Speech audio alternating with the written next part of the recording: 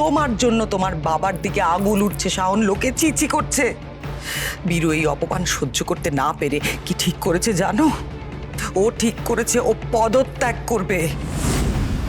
আচ্ছা মা, আমাকে একটু বলবে, মানে ও তোমার সঙ্গে কোনো খারাপ কিছু করেনি তো? না মানে আমি কোনোদিনও কিন্তু ওকে ভুল শিক্ষা কিছু দিইনি। তাহলে শুধু শুধু কেন ভয় পাচ্ছ কাকু? জানো তো, শুভ কখনো কারোর সাথে ভুল করা তো দূর, সে কথা ভাবতেও পারে না। আজ শুধু শুভ ছিল বলে আমি বেঁচে আছি, সেফলি বাড়ি ফিরতে পেরেছি জানো। আজ অবধি শুভ আমার সব বিপদে ঢাল হয়ে দাঁড়িয়েছে। তাই যে যাই বলুক না কেন, আমি তোমাকে বলছি, শুভ আমার ক্ষতি করা তো দূর, আমার গায়ে একটা আঁচড়ও লাগতে দেয়নি। তাই ওকে নিয়ে তোমার সন্দেহ নয়, গর্ব হওয়া উচিত। যেন ওর মতো কেউ কখনো হতে পারবে না, কোনোদিনও নয়। আমি জানতাম মা, শুভ নিজের শিক্ষা কখনো ভুলবে না। যাই হোক, তুমি কিন্তু ভালো থেকো। হ্যাঁ, তুমি নিজের দিকে খেয়াল রেখো কিন্তু। হ্যাঁ, আমি পরে আবার তোমাকে ফোন করবো। তাহলে এখন রাখি মা।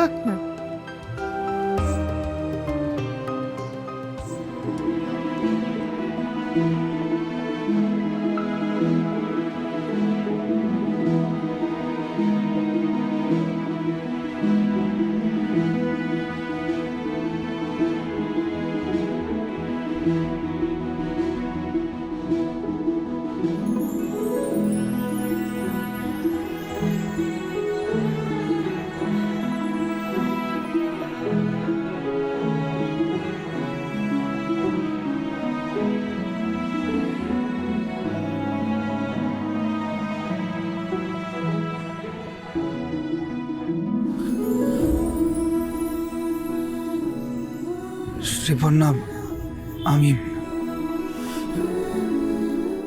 অন্য কাউকে ভালোবাসি।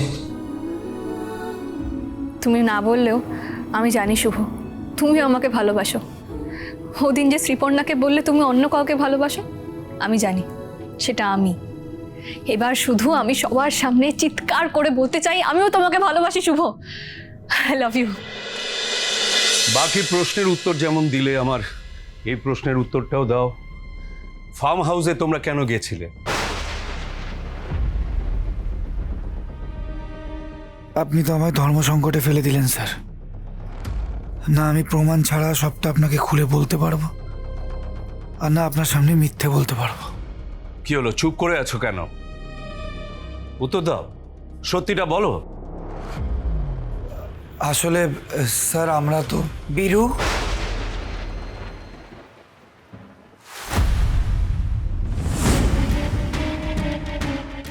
সরি বীরু, আমি বোধহয় ডিস্টার্ব করলাম তোকে। না, তোরা যদি এমন কোনো আলোচনা করে থাকিস যা আমার সামনে করা যাবে না, আমি পরে না না আসছি। দিদি, তুই অবশ্যই শুনতে পারিস। আমি শুভকে জিজ্ঞেস করছিলাম ওরা ফার্ম হাউসে কেন গিয়েছিল। তাছাড়া শুভর গায়ে এই যে চোট, এর কারণটা কি? আমি আসলে আগুনের চেয়েও বেশি ভয়ঙ্কর।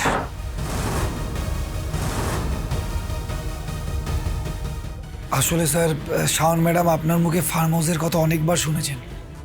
উনি তো ফার্ম হাউস কোনোদিন দেখেননি, তাই আমাকে বলেছিলেন যে একবার ফার্ম হাউসটা দেখিয়ে দিতে। তাই আমি ওনার কথাতেই ফার্ম হাউসে ওনাকে নিয়ে যাই।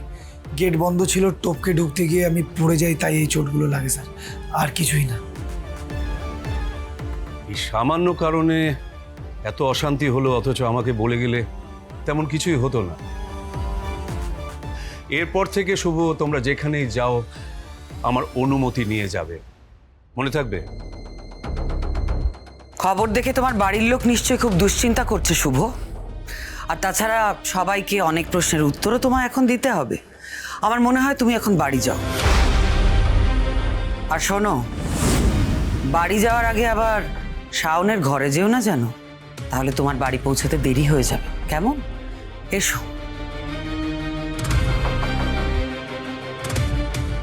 বীরু, আমি তোকে একটা অন্য কথা বলতে এসেছিলাম। এই যে সবাই তোর পদত্যাগ নিয়ে এত রকম কথা বলছে, তুই পরিস্থিতিটা সামলাবি কি করে? জোর করে সামলানোর তো কোনো প্রয়োজন নেই। দরকার হলে আমি পদত্যাগ করব।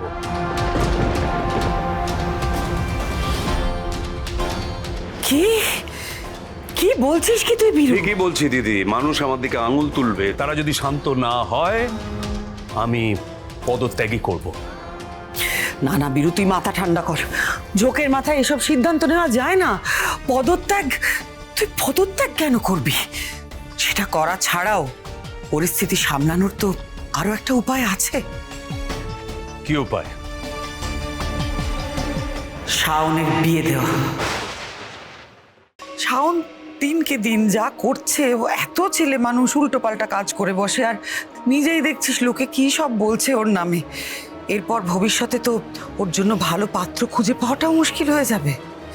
তুই যদি ওর বিয়েটা এখন দিয়ে দিস, তাহলে ওর ভবিষ্যৎ নিয়ে আমাদের ভাবতে হবে না, আর তুইও তোর পথটা বাঁচাতে পারবি। এছাড়া তো আর কোনো উপায় নেই বীরু। উপায় আছে। আমার নিজের পথ বাঁচানোর জন্য হঠকারিতায় আমি শাওনের লাইফটা স্যাক্রিফাইস করতে পারি না, বরং আমি আমার পথটাই স্যাক্রিফাইস করব। প্রয়োজন পড়লে আগামী কালই আমি পদত্যাগ করব।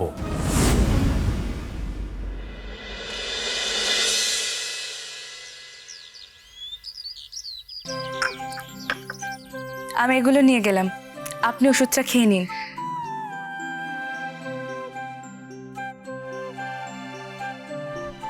শাওন,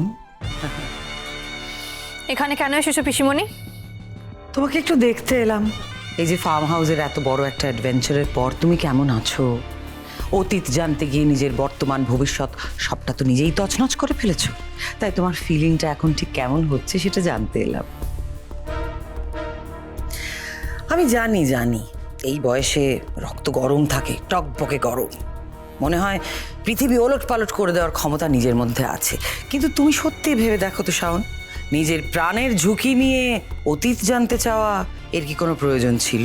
প্রয়োজন ছিল আর আছেও, কারণ আমার অতীত আমার মায়ের সঙ্গে জুড়ে আছে।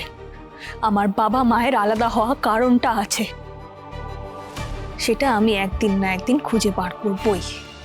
আমাকে জানতেই হবে 20 বছর আগে তুমি কিভাবে দুটো ভালোবাসার মানুষকে সারা জীবনের জন্য আলাদা করে দিয়েছিলে। বাবাকে এমন কি বলেছিলে যে বাবা আজ অব্দি মায়ের নামটুকু শুনতে চায় না?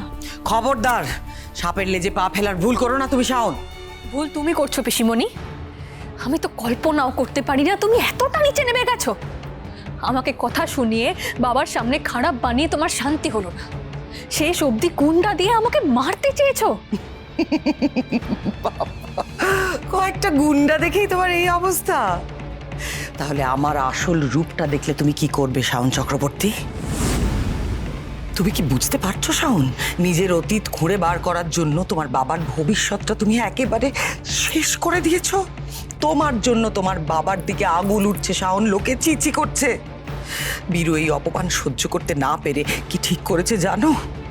ও ঠিক করেছে ও পদত্যাগ করবে।